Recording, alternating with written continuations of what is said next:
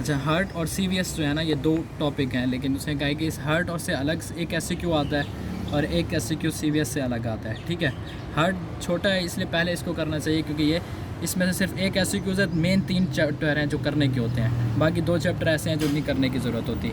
ठीक है, अब इसके अंदर पहला टॉपिक जो है ये ना हार्ट और पंप वाला।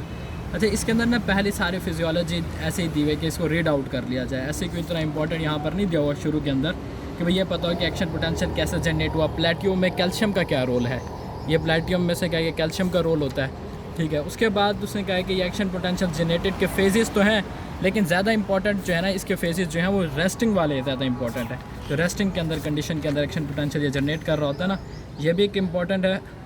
ठीक है, और इसके साथ जो रेस्टिंग मेम्ब्रेन पोटेंशियल को जनरेट करेगा वो भी इंपॉर्टेंट होता है। अच्छा, कार्डिक साइकिल पता होना चाहिए, कार्डिक साइकिल वो कितने सेकंड्स का है, टोटल कार्डिक साइकिल का खुद टाइमिंग क्या होती है, और कार्डिक साइकिल के अंदर कौन कौन से जो हैं वो एक्शंस जो हैं वो परफॉर्म हो रहे होते हैं कि भाई कार्डिक साइकिल में स्टेप 1 क्या, स्टेप 2, स्टेप 3 में क्या क्या एक्शन हो गया। ये तस्वीर में भी उसने कहा है कि कंडीशन दी हुई होती है कि सबसे इंपॉर्टेंट जो एससीक्यू है ना वो ये टेबल है, इससे इंपॉर्टेंट एससीक्यूज़ पूरे हार्ट में कोई नहीं है।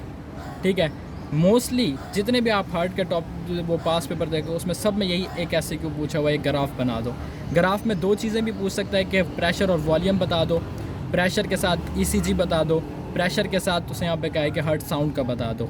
तो कोई भी उसे कहे ग्राफ, चारों इकट्ठे भी एक ग्राफ में पूछ सकता है और कोई भी 2 चीज़ें या एक भी पूछ सकता है। तो सबसे ज़्यादा प्रैक्टिस इस हार्ट के अंदर इस ग्राफ की करनी है। मोस्टली ग्राफ आते हैं, एक ग्राफ ये है, एक ग्राफ आगे दिया हुआ है। ठीक है, उसके अलावा ये पता होना चाहिए कि डायसिस्टोल और सिस्टोल क्या चीज़ है। ठीक, और उसके बाद यहाँ पर ये फंक्शंस दिए हुए हैं कि पंप जब फंक्शन करेगा तो उसमें आउटफ्लो ब्लड वेंट्रिकल से स्टोल में क्या आ जाएगा, सिस्टोल में, और डायस्टोल में क्या, मतलब ये रीड आउट करना है सारा। एससीक्यू सिर्फ यही है, लेकिन ये सारा रीड आउट करना है। पता होना चाहिए कि सिस्टोल और डायस्टोलिक वॉल्यूम कितना है, उसका आउटपुट कितना है, स्ट्रोक वॉल्यूम कितना है, कार्डिक आउटपुट कितना होता है, इजेक्शन कितनी होती है। उसके साथ ये कोई इंपॉर्टेंट ज़्यादा चीज़ें नहीं है। इसमें के बाद एक ग्राफ जो है ना इसके अंदर दिया हुआ ये volume pressure diagram due to cardiac cycle plus cardiac output, ये बड़ा इंपॉर्टेंट एससीक्यू है। ठीक है, तो ये इसी का एससीक्यू जो है वो ये है, पर ये डायग्राम उसके साथ बनेगी। ठीक है, ये पूरा एससीक्यू है, उसके साथ ये डायग्राम वो उसको एक्सप्लेन कर रही होती है। अच्छा, उसके बाद यहाँ पर ये दिया हुआ है कि प्री लोड और आफ्टर लोड, इसका कॉन्सेप्ट बिल्कुल क्लियर होना चाहिए, क्योंकि अगर थर्ड ईयर पढ़ोगे, थर्ड ईयर के अंदर जो सीवीएस पढ़ते हो जिसमें ड्रग्स का बहुत रोल है कि ड्रग्स सीवीएस पे कौन सी एक्ट कर रही होती हैं, उसमें ज़्यादातर वही ड्रग बता रहे होते हैं जो प्री लोड कम कर रही है या आफ्टर लोड। तो इसका कॉन्सेप्ट बहुत क्लियर होना चाहिए क्योंकि थर्ड ईयर में बड़ा इंपॉर्टेंट रोल है। ठीक है, उसके बाद यहाँ पर हमारे पास आ जाता है कि ये अफेक्ट ऑफ आइंस, आइंस का अफेक्ट क्या होता है कि पोटाशियम का और कैल्शियम का हार्ट पर क्या अफेक्ट मौजूद है, उसके साथ टेम्परेचर का भी, और यहाँ पर अफेक्ट सिंपैथेटिक सिस्टम और पैरासिम्पैथेटिक फ्लो भी दिया हुआ है कि हार्ट पर इनका क्या फ़र्क पड़ता है। इस चैप्टर से तो यही था, और इस अगले चैप्टर में ये ऐसा नोड वाला चैप्टर है एवी वेंट्रिकल के अंदर। इसके अंदर ज़्यादा इंपॉर्टेंट कुछ भी नहीं है, सिर्फ एक ये है कि उसने कहा कि पता होना चाहिए कि ये डायग्राम में उसे क्या वो बताता है कि इम्पल्स कैसे सेपरेट आउट हो रही होती है, इसका पाथवे क्या है इम्पल्स का, कि हार्ट में इम्पल्स पहले ऐसे नोड से किस फाइबर में गई, एवी में गई, एवी के बंडल से गई, नीचे परकंजी सिस्टम और वेंट्रिकल सिस्टम तक गई। तो ये चीज़ यहाँ पे क्या है कि पता होनी चाहिए। उसके साथ एक टॉपिक उसे क्या है कि पेसमेकर और नॉर्मल पेसमेकर्स क्या होते हैं। ठीक है, और यहाँ पर पैरासिम्पैथेटिक सिम्पैथेटिक पीछे भी दिया हुआ है, यहाँ पर भी दिया हुआ है कि सिम्पैथेटिक पैरासिम्पैथेटिक का हार्ट पर क्या इफेक्ट होता है।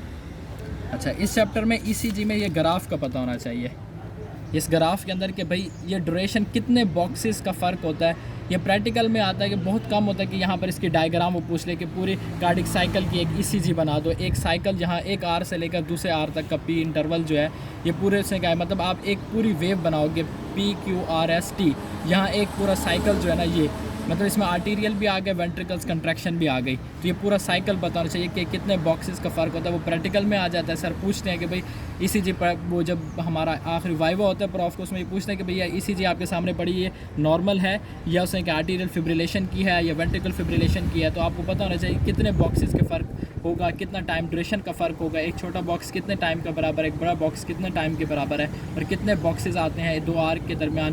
पी आर बढ़ेगा तो क्या होता है, QRS कम्प्लेक्स क्या चीज़ है। तो यहाँ तक ये वाली चीज़ तो यहाँ तक दी है। इसके अंदर ये हार्ट रेट को कैसे आप डिटरमाइन करते हो ECG से, ये भी पता होना चाहिए।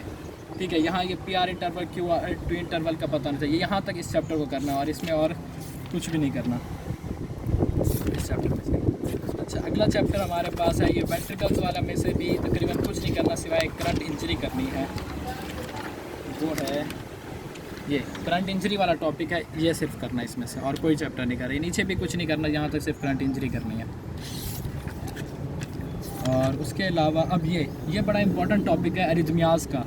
एरिथमियाज़ में के मुताबिक आपका कॉन्सेप्ट बिल्कुल क्लियर होना चाहिए, क्योंकि थर्ड ईयर में जब से हम कहा कि ड्रग्स पढ़ते हैं तो एरिथमियाज़ का बड़ा इफेक्ट होता है कि ड्रग्स कौन सी ड्रग्स हैं जो एरिथमियाज़ में दी जाती हैं, कि आर्टीरियल फिब्रिलेशन में कौन सी जाएगी, वेंट्रिकल्स में क्या सी जाएगी, ठीक है। इसके अंदर जो खुद मतलब यहाँ पर इस स्टेज के अंदर सिर्फ 3 यहाँ तक का टॉपिक जो है वो इम्पोर्टेंट है, कि यहाँ प्री मेच्योर कंट्रैक्शन तक का मतलब यहाँ तक जो है मेन इंपॉर्टेंट चीज़ है, ठीक है। लेकिन जो पेपर में इस वक्त आती है, लेकिन जो कॉन्सेप्ट के लिए आपको ये ज़रूर करना होगा, क्योंकि थर्ड ईयर में बहुत इंपॉर्टेंट है। इसमें आपको टैकीकार्डिया का पता होना चाहिए, उसकी फिजियोलॉजिकल कंडीशन, उसकी पैथोलॉजिकल कंडीशन, ब्रैडीकार्डिया की फिजियोलॉजिकल कंडीशन, उसकी पैथोलॉजिकल कंडीशन, दो। साइनस एरिथमियाज़ के साथ ये एससीक्यू आया हुआ है कि ऐसे नोड ब्लॉक कैसे कहते हैं, ऐसे नोड ब्लॉक, ये एससीक्यू होता है। अब ऐसे नोड ब्लॉक ये दिया हुआ, इतना सा दिया हुआ, इसको थोड़ा सा और ऊपर इसके डायग्राम बताई हुई है, ठीक है। लेकिन एवी ब्लॉक्स बहुत इंपॉर्टेंट है, सबसे ज़्यादा इंपॉर्टेंट इसके अंदर एरिथमियाज़ में से एवी ब्लॉक इंपॉर्टेंट है। इसमें आता है कि फर्स्ट डिग्री ब्लॉक क्या है, सेकंड डिग्री ब्लॉक क्या है, और थर्ड डिग्री में ज़्यादा रेसिक्यू यही आ जाता है, स्ट्रोक एडम सिंड्रोम क्या होती है, ठीक है। वेंट्रिकुलर स्केप क्या होता है, स्ट्रोक एडम, यहाँ पे क्या है कि सिंड्रोम क्या दो, ठीक है। 3 डिग्री ब्लॉक्स हो गई, ये कंप्लीट थर्ड डिग्री, और उसके बाद स्ट्रोक एडम्स, यहाँ पे क्या सिंड्रोम हो गई। उसके अलावा ये सिर्फ पढ़ना है, इसमें कुछ नहीं है। प्री मेच्योर कंट्रैक्शन का पता होना चाहिए, उसके कॉजेज़ क्या है प्री मेच्योर कंट्रैक्शन की, पल्स डेफिशिएंट कब हो जाएगी, और उसके साथ ये प्री मेच्योर कंट्रैक्शन में होती सिर्फ एक लाइन पर हो जाए कि क्यूआरएस कम्प्लेक्स आपका प्रोलॉन्ग हो गया या हाई वोल्टेज है, ये सिर्फ एक लाइन जो इसने दूसरी इटालियन वर्ड में लिखा हुआ है ना, सिर्फ उसका पता होना चाहिए, बाकी इसमें से कुछ नहीं करना, ठीक है।